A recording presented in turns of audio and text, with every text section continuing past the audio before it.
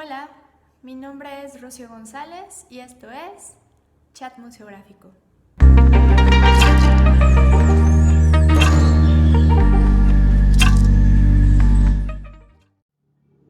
El día de hoy tenemos el placer de charlar con Pedro García Ramos y Juan Ignacio Macua, experimentados museógrafos españoles que nos vuelven a acompañar con sus experiencias de 50 años en proyectos museográficos. El día de hoy el tema sería producciones en el extranjero y cómo sobrevivir a ellas. Perdón. Sí, además, ya hablando de casuística, más eso, el cómo empiezas a trabajar en finales de los 60, por ejemplo, en los países llámales que se llamaban del telón de acero, Ajá. con unas escaseces terribles, Uf, donde claro. para comprar un bote de pintura Uy. tenías que ir a un sitio, era el Economato A23C, que los miércoles daban pintura blanca y Uy, pintura negra. claro. Entonces, el que tenías allí, que te estaba ayudando a hacer lo que fuera, te ibas con él al sitio ese, hacías cola y Ajá. conseguías que te dieran pintura blanca, pero si no, no tenías pintura blanca. Claro. Y tenías que Era curioso ingeniártelas. cómo la gente funcionaba con el cerebro. Cuando se veía dos, tres personas en fila, inmediatamente todo el mundo se ponía detrás. Hacían la Ok. cola, hacían la cola y preguntaban, ¿qué es? Dan pan negro. Ah, bueno, pues se iban. O dan tabaco. Ay, guau. O hoy venden tela de no sé qué. Entonces, era como unas Guau. colas que se montaban y desmontaban rápidamente. Cuento una, Era curiosísimo. O sea, Guau. mi primera experiencia eh, fue para un stand pequeñísimo en la feria de Palermo, y yo iba de ayudante, y, y cuando llegamos al feria, que era un galpón, ni siquiera era una feria así seria, era una cosa muy... Tuvimos que ir a ver al capo mafioso, Ah, wow. Ok. ¿sí? Porque era el que te daba permiso para trabajar o no, y para ver si te sacaban algo de dinero o no. Entonces, Oh, son wow. españoles, decía, son españoles, y de la embajada. Decía, bueno, que pase, como diciendo, que pase, que pase. Con esto no queremos lío. Pero no deja de ser una cosa curiosa Claro. cómo empiezas tu carrera en esto que se llama el contacto internacional. como fue muy divertida una experiencia en Polonia. Hicimos un pabellón en Polonia, un pabellón comercial, y tenía, se vendía de todo. Se vendía frutas, se vendía los productos que principalmente podían interesar a los polacos de España. Y entre otros, el gran éxito fue el ropa interior de mujer, Ah, wow. muy Ok. hecho Sí, sí. por diseñadores muy sofisticados, vamos, unos sostenes preciosos y todo esto. Y había colas para ver, porque no podían comprar. Pero entonces el fabricante dice, bueno, pues yo voy a ver al encargado de importar ropa interior. O sea, ¿cómo se llama? Sí, ropa interior, vamos. Lentería. Ya eso, Lentería fina. lencería fina. Y fuimos, yo la acompañé al Ministerio de Comercio y la encargada de esto. Y salió una señora de uniforme, no te, bueno, grande, inmensa, que se cogía los sostencitos que él llevaba de lencería fina, se lo ponía por delante, Ay, no. el susto decía, esto no, nosotros esto no, para aquí que no. Hasta que conseguimos permiso, fue en polaco, una conversación en polaco, que era lo más absurdo del mundo. Al final, la, la gran ayuda vino por el electricista de la feria, Ah, que nos wow. hacía, que nos estaba ayudando a enganchar, a colocar a todo el tema de la electricidad, y que descubrió el coñac, y que una barrica de coñac que llevábamos se la dio entera. Se hizo amigo nuestro y allí estaba todo el día para que vengamos a probar el coñac. Y terminó haciendo toda la negociación para la empresa de lencería, entonces. Pero que, o sea, está increíble porque son situaciones que obviamente te están hablando pues de una situación que nos es muy ajena, ¿no? Vivimos ya como enajenados con la tecnología, como justamente lo que estamos haciendo ahorita, ¿no? Cada quien está sentado en su casa, ustedes están en España, yo estoy sentada aquí en Guadalajara, y esto es normal. Esto es totalmente absurdo si nos vamos unos años atrás. Por eso lo que ha planteado Juan de partida, me parece que es lo fundamental para esta situación en la que dice, ¿cómo planteas tu trabajo en el extranjero? Lo primero sabiendo qué es lo que tienes que decir, qué es lo que tienes que contar y qué es lo que le interesa al público que va a ver eso ahí, concretamente en el campo de las exposiciones, incluso en el campo de los museos. Normalmente en los museos ya no te queda más remedio que contar con equipos locales y tu función es más cercana a lo que es la pura museografía, el formalismo museográfico, no la museología, porque no te queda más remedio que contar con conocedores de las colecciones.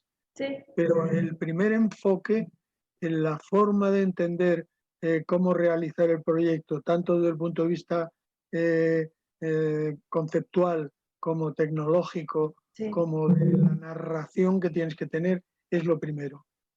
Lo demás hoy en día prácticamente está solucionado sin las vicisitudes anteriores que hemos visto. Ahora mismo yo te traslado un plano en 30 segundos, tú tienes el proyecto completo, tenemos capacidad de verlo, de mirarlo, eso. El lenguaje tecnológico se ha estandarizado, quiero decir, el mundo de los materiales, excepto que te metas con materiales muy locales, en lo demás está prácticamente, eso quiere decir que las memorias las damos ahora con otra forma de contar los materiales. Decimos que son los materiales y no hacemos como se ponía antes, un similar formica o similar tal, o roca y no sé cuánto, no. Ahora ya dices MDF con no sé qué y hace la narrativa del material y ya elegirás tú el que se fabrique más cerca de obra o que sea más sencillo de encontrar. En el campo de la explicación gráfica ya tampoco hay ningún problema. Los sistemas de impresión de todo tipo, desde los plásticos, los vinilos de corte, las reproducciones, todo está ahora mismo estandarizado y prácticamente yo puedo mandar un archivo desde aquí a Guadalajara y en un minuto ya he hecho el cartel en tal sitio. Las tipografías son conocidas, los sistemas de corte, o sea que no hay me gustaría insistir en eso del concepto. Primero, es el concepto del público, porque hay un tema que dentro de eso crea a la vez peligro y a la vez ahí mismo está el secreto.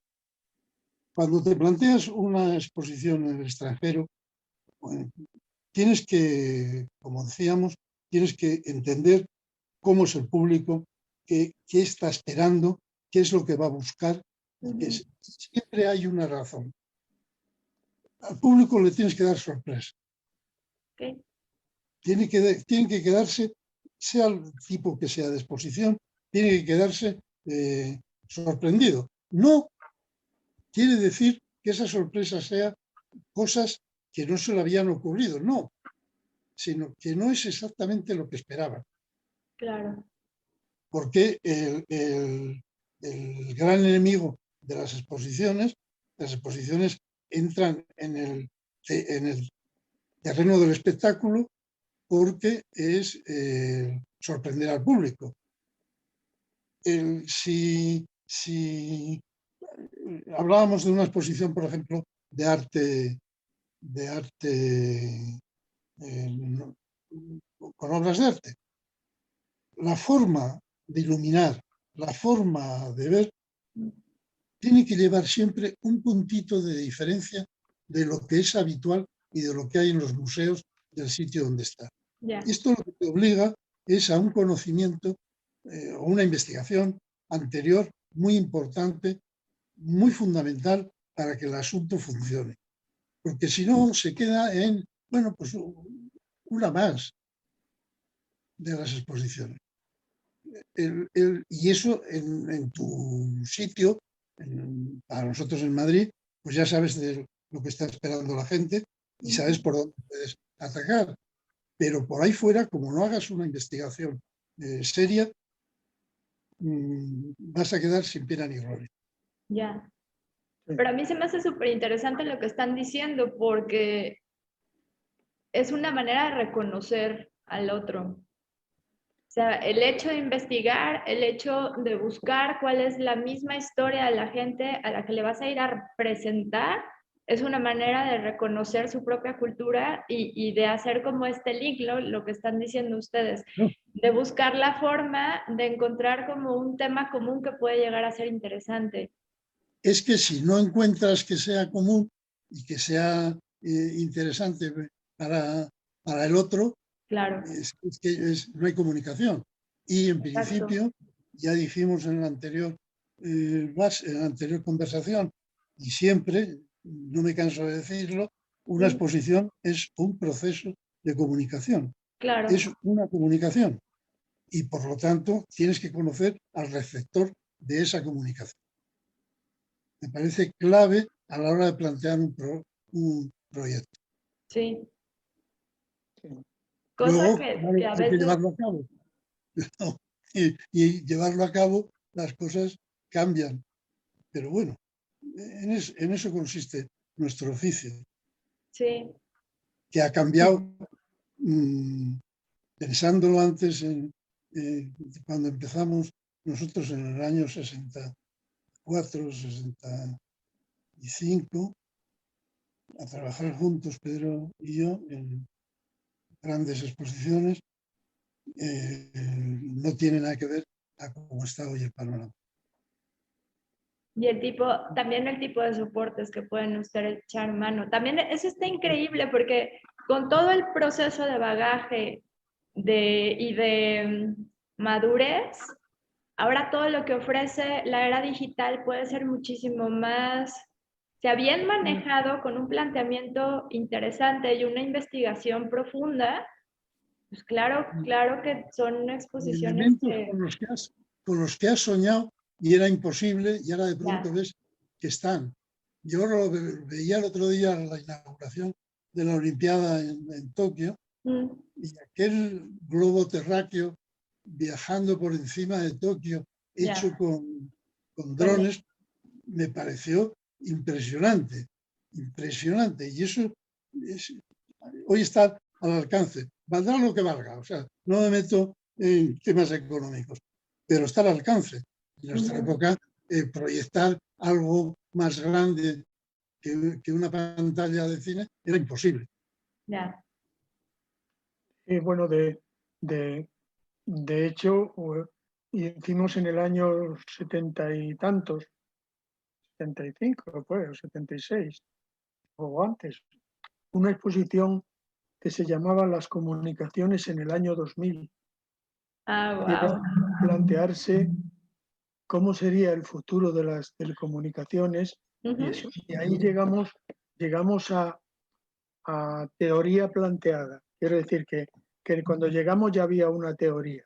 Y entonces era un objeto que era el coche más avanzado que había, o sea, 850, que tenía teléfono y que tenía no sé qué, y que tenía no sé cuánto, y eso son los del año 2000. Digo, no, esto será de los años 70, no sería del año 2000.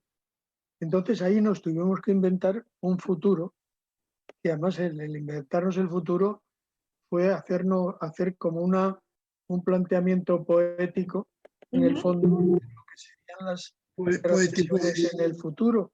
poético Además ahora ha quedado como una acción artística. Claro. Después de 25 o 30 años, o 40, 35, 25, 50 años, se ha quedado como una acción artística. Claro. Sí, como decir, nosotros planteábamos que se podría transmitir a través de las comunicaciones el olor, el sabor, todo esto, y además hacíamos tonterías alrededor de eso, ¿no? Había un árbol que un artista de entonces nos hizo, era el árbol de eso que tocabas unas flores que no eran flores, sino una cosa que tenía calor. Entonces decíamos, en el otro lado hay otro árbol que también está calentito. La gente se partía. El final de la exposición pasábamos, que era muy divertida. Y era otro que era el olor, y eran unas flores metálicas así, y le habíamos metido olores en principio muy buenos, pero lo tuvimos que cambiar por olores más significativos, vinagre, etcétera, etcétera, y lo que transmitíamos es que tú estás oliendo esta flor aquí y este mismo olor lo están recibiendo en tal sitio. O sea, las comunicaciones irían en esa línea. Incluso había al salir, había un teléfono rojo y decíamos, este es el teléfono rojo famoso, que tal y cual, cuántos. Y si quiere usted saber lo que dice, lo que están hablando ahora, puede levantar esto, tal. Y entonces levantaban y dicen, no, está comunicando. Y dice, menos mal que está comunicando, hay conversación entre ellos, tal. O sea, completamente pirada. Pues eso mismo es lo que plantea en el fondo Juan.